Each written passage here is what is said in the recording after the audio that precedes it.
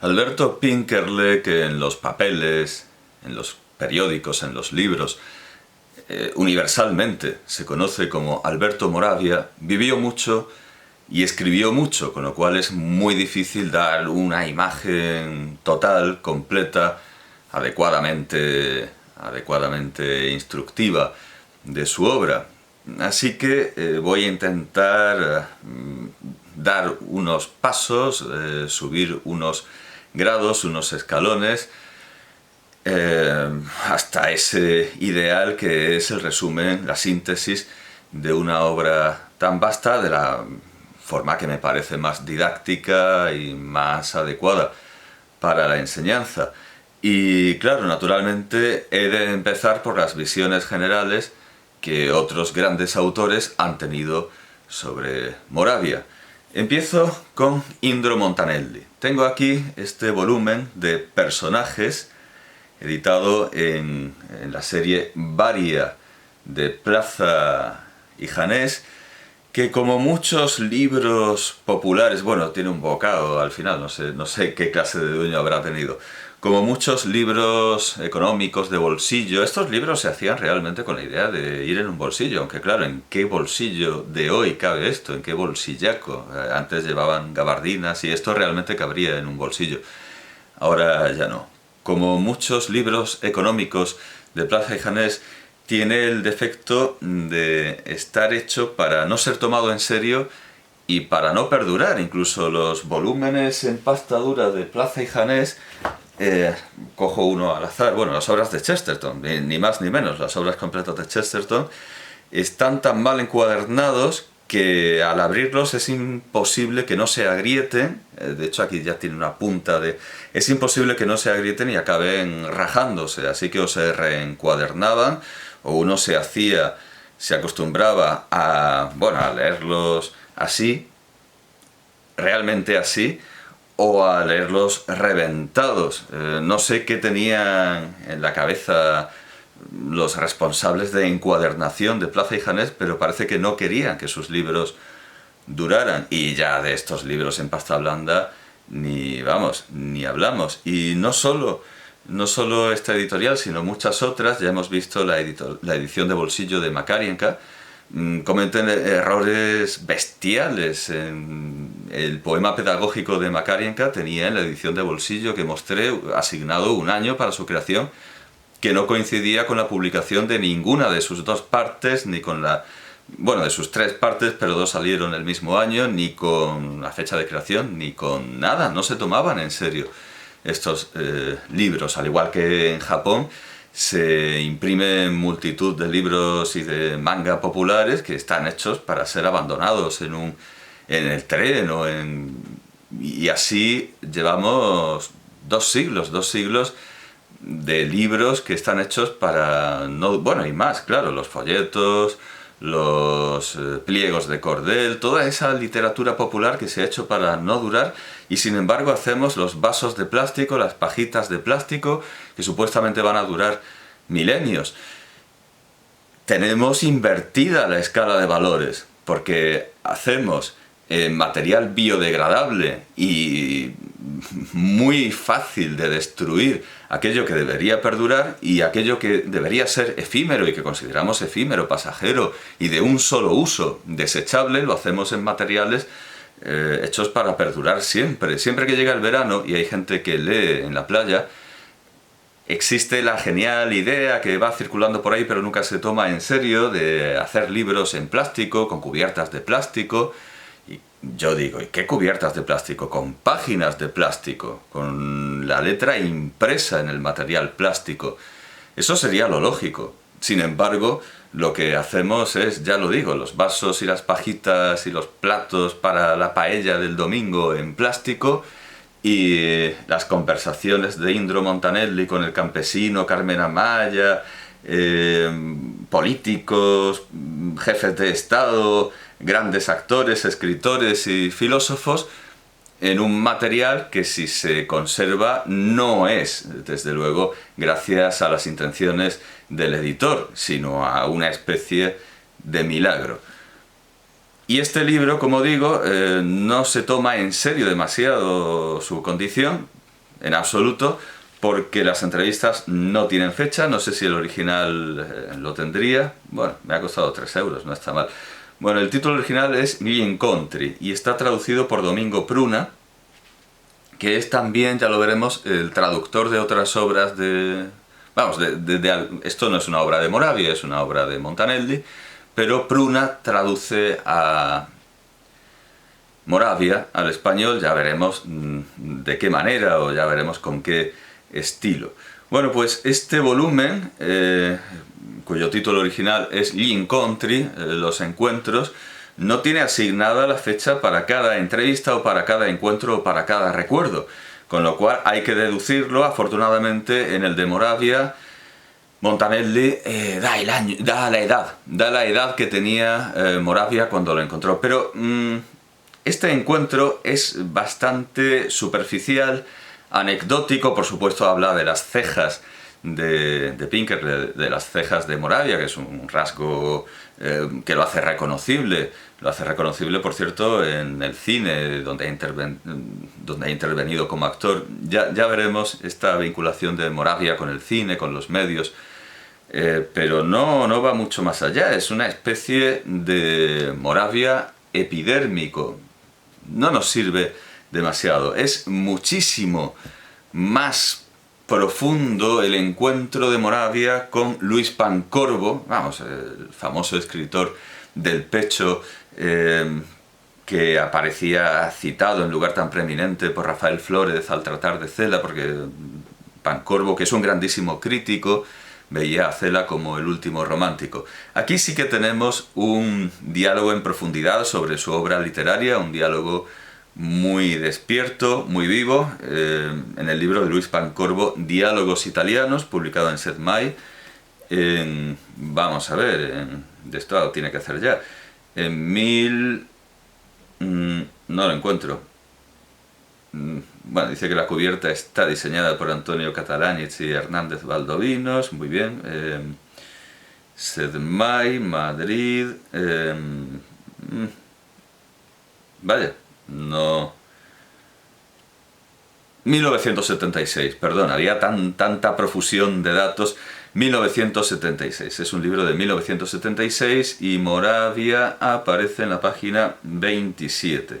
Lo que pasa es que, bueno, ahí aparece una fotografía de Luis Pancorbo entrevistando al escritor, al autor. Bueno, en un sofá de cuadros, con una grabadora, con lo cual esto es un testimonio, se debe considerar un testimonio fidelísimo, porque esto está registrado con grabadora. Lo que pasa es que, como todas las entrevistas, se ciñe demasiado al momento contemporáneo. Y ya he dicho que la vida de Moravia es muy longeva y su obra muy extensa. Y Luis Pancorbo, que es un experto en Diderot, un traductor de Diderot, no puede ceder a la tentación de dedicar, bueno, no demasiado tiempo, pero la entrevista es breve y dedica mucha atención a su último libro, que tiene raigambre diderotesca. Entonces, claro, esto es una grave tentación para el entrevistador, de centrarse en algo que por reciente y por efímero puede ser casi anecdótico, y no ofrecer una visión generalísima, sumarísima de la obra de Moravia. Pero claro, con el tiempo que hace, de algo hay que hablar, y además es una conversación natural y va por los derroteros que medianamente el entrevistador puede prever, pero se sale por donde el entrevistado quiere. Así que tampoco hay que pedir aquí una suma y compendio que correspondería más, ya lo veremos, al historiador. Esto es una conversación entre dos eruditos, entre dos literatos, entre dos hombres de letras, y bueno, como digo, sucumbe desde el principio Luis Pancorbo a esa tentación de hablar de lo que sabe, y sabe muy bien. Dice Moravia: yo empezaría charlando un poco de su última novela, Io e lui, que parece proponer de nuevo Le Bijou indiscret de Diderot, o sea, yo y él, que parece proponer de nuevo le bijou indiscret, las joyas indiscretas, bueno, joyas en uso los dijes indiscretos o los colgantes indiscretos, o bueno, es una metáfora de Diderot, solo que en su caso, y aquí nos resume de una pincelada de qué va esa obra de Diderot, solo que en su caso son los órganos sexuales masculinos, no los femeninos, que es lo que ocurre en la obra de Diderot, los que hablan.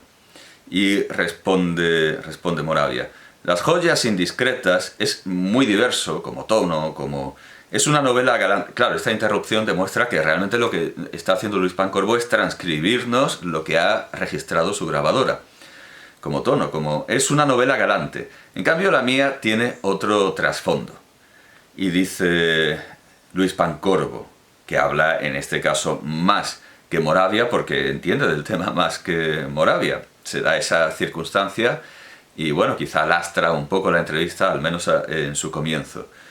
Yo he querido estudiar un poco en paralelo ambas novelas. También la de Diderot es de un asunto que antes se llamaría licencioso, pero eso no es más que un mero pretexto para abordar cuestiones culturales, filosóficas, desde la inmortalidad del alma hasta la polémica, jesuitas versus jansenistas, etc. Aquí Pancorbo usa versus,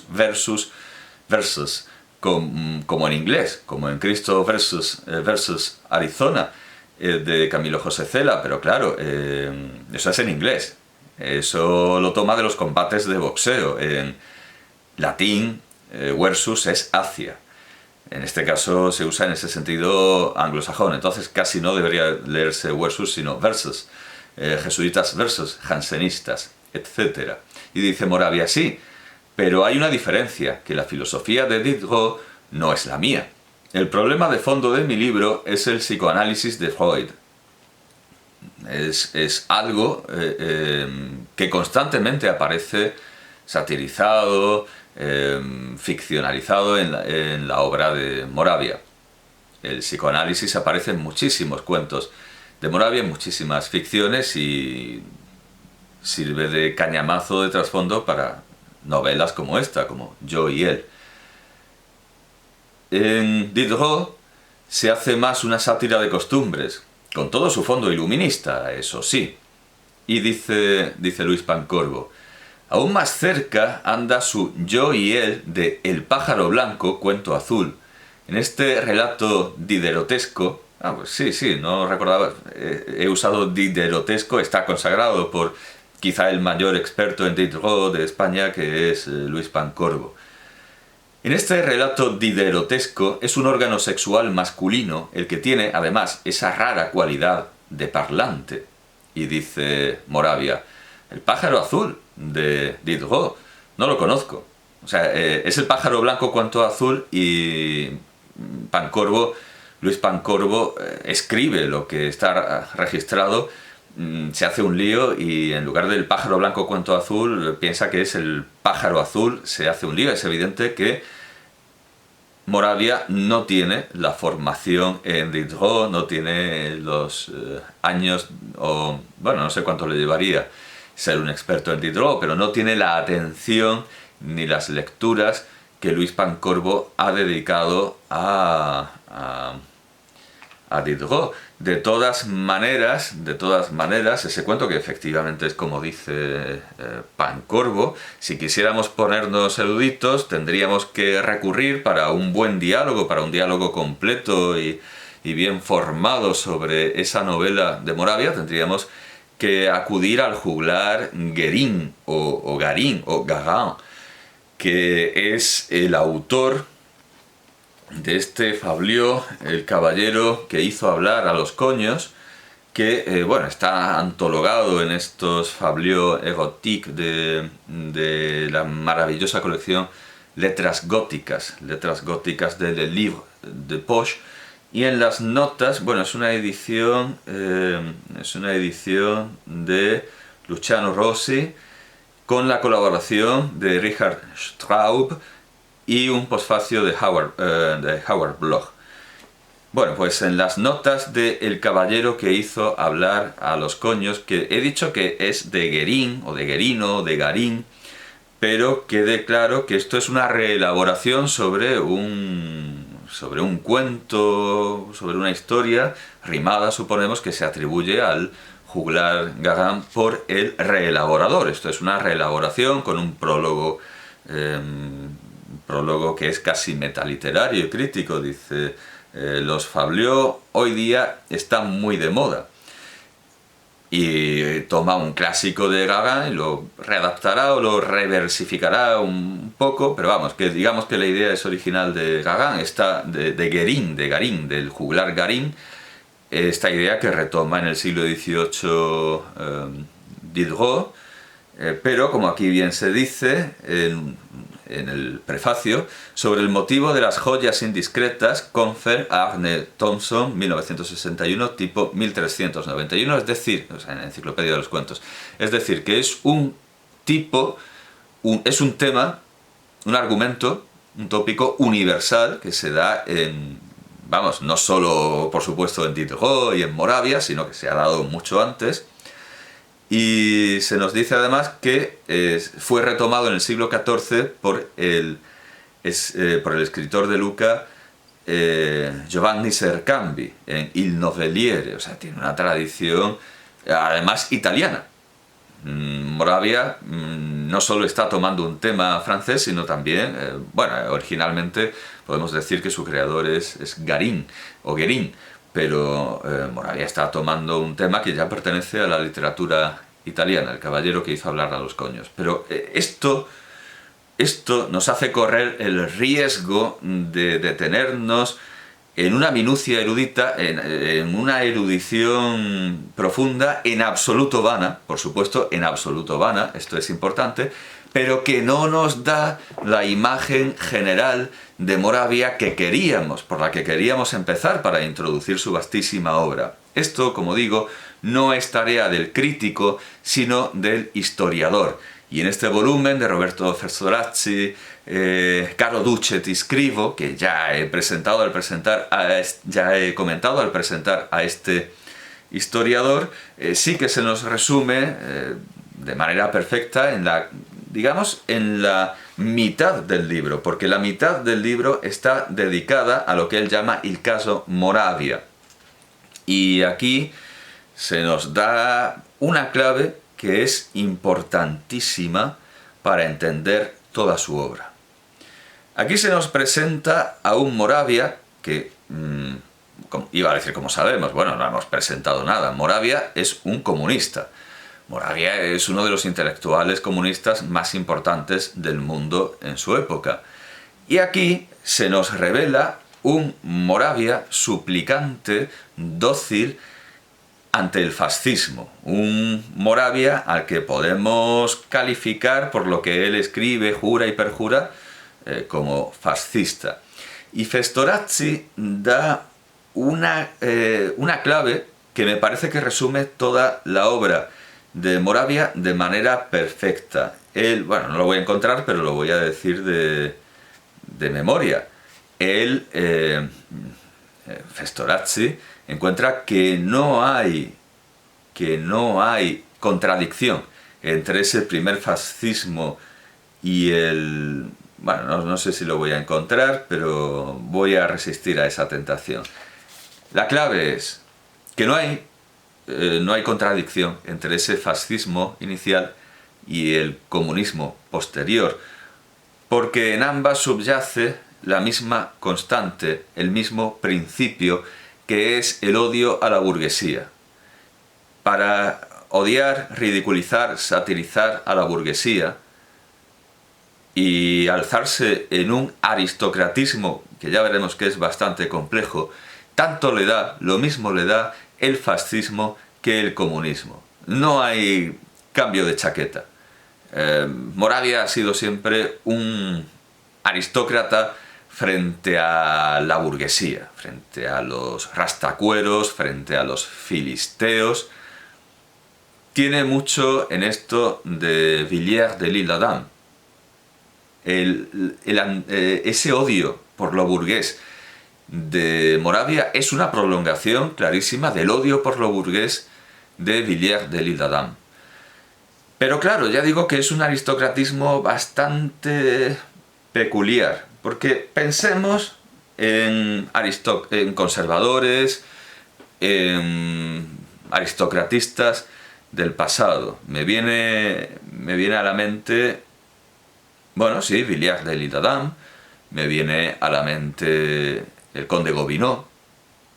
Todos estos autores eran conservadores, de alguna manera podemos decir feudalistas, y tenían ese sentido aristocrático feudalista que es heredero de las ciudades-estado. Ese ideal de los mejores, pero los mejores en un ámbito geográfico muy restringido, con lo cual es muy fácil ser de los mejores, porque no se conoce lo que hay más allá, esa división en pequeños núcleos en los que han de gobernar pues los señores locales, Eso es el ideal de las ciudades griegas, es el ideal de los señores medievales, de los señores feudales. Pero el aristocratismo de Moravia es... bueno, y claro, esos aristócratas, como son conservadores, se hallan que han de conservar un orden monárquico. La monarquía es lo contrario a la aristocracia.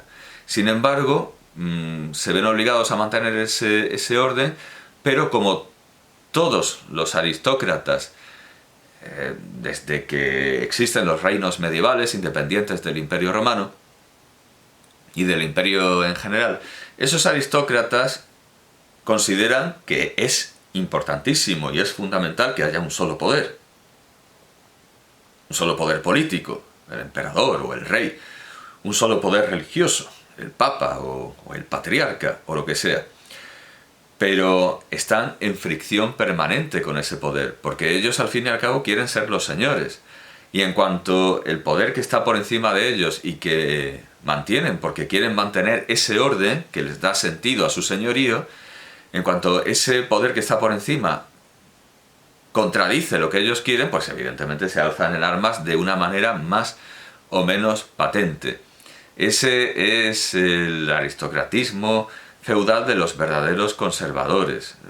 Gobineau, Villers de l'Isle-Adam, tantos otros que resulta que cuando el pueblo se alza en armas y cuando se da a la anarquía, tienen muchísimas más simpatías con esos ácratas, con ese pueblo que se manifiesta como tal, que por los burgueses y por los liberales. Esto se ve en Gobineau, que siente muchísima más simpatía por los comuneros de París, por los communards, que por los liberales, incluso que por la monarquía liberal. Él prefiere el pueblo ácrata, como un torrente que se define por sí mismo y que se demuestra como pueblo, que a los liberales, burgueses, demócratas.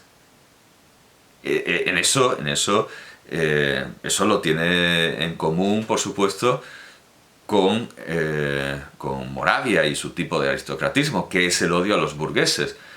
Pero la cúspide es muy diferente, porque Moravia es un aristócrata que está conforme con la monarquía. Está de acuerdo con la monarquía, en sentido general, con esa monarquía que viene de Julio César, con el imperio.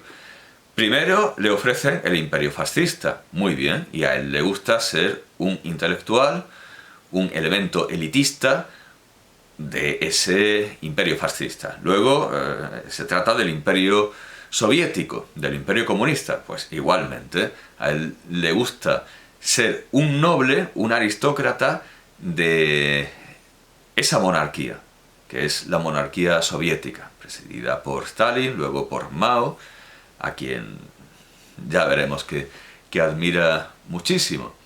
Gramsci, al hablar de los intelectuales imperiales de Julio César, decía que se habían transmutado en el catolicismo, habían perdurado, y que se trataba de unos intelectuales cosmopolitas, con ese ideal universal, universalista. Claro, cosmopolita es un es una denuncia y casi una sentencia de muerte en algunas fases del comunismo. Naturalmente podemos pensar en los cardenales, que tienen en la Iglesia Católica renacentista muchísimo más poder que no tenían los senadores en el imperio derivado de Julio César. Podemos decir que Moravia lo que quiere es ser un cardenal de cualquiera de estos dos imperios, del imperio fascista o del imperio comunista. En todo caso, un aristócrata que se aleja de la odiada burguesía. Seguramente me he dejado algún autor conservador. Bueno, naturalmente siempre está Mestre, pero bueno, básicamente creo que la comparación con Gobineau puede estar bien. Gobineau prefiere la masa anárquica, revuelta, a los burgueses liberales. Moravia ya veremos qué problema tiene con la masa, porque sus críticas acerca del arte de masas son bastante ambiguas y bastante extrañas. Lo iremos viendo. Pero, de todas maneras, este libro es útil para darnos la clave. Moravia odia a los burgueses, y eso se va a ver en todas las manifestaciones de su obra. Y quiere distinguirse, quiere ser como Villiers de l'Isle d'Adam. Él quiere ser un aristócrata. Esa es la clave.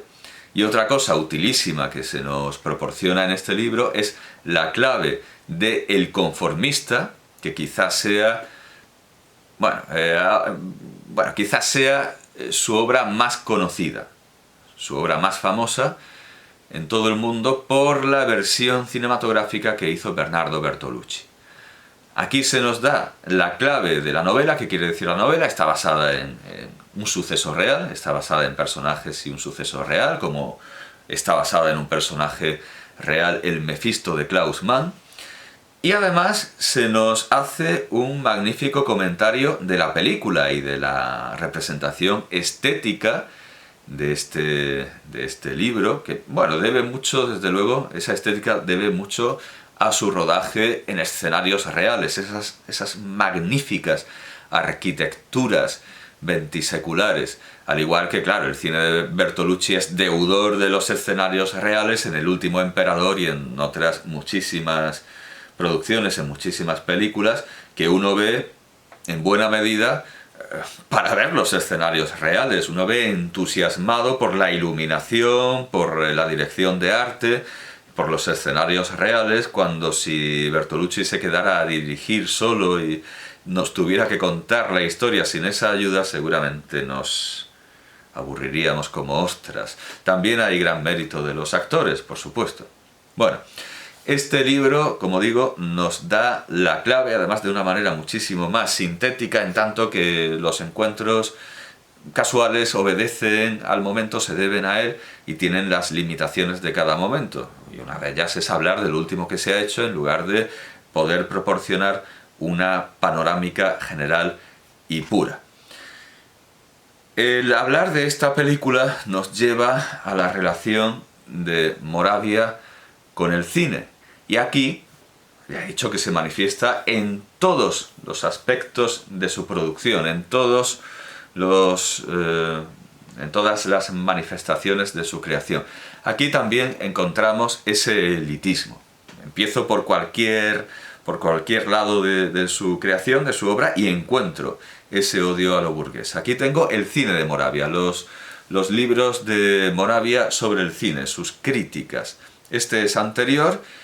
Este recoge muchísimas críticas que están aquí, pero añade directores nuevos. De hecho, es el reclamo del título, Moravia. 30 años en el cine, de Rossellini a Greenaway.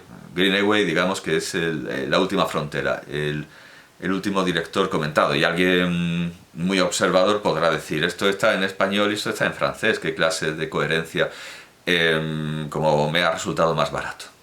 Y de hecho le di muchas vueltas a comprarme este porque muchas de las películas que aparecen aquí reseñadas ya habían sido criticadas en este volumen. Lo que pasa es que hay una adición importante y además una adición importantísima que es un prólogo de Federico Fellini, que se explica,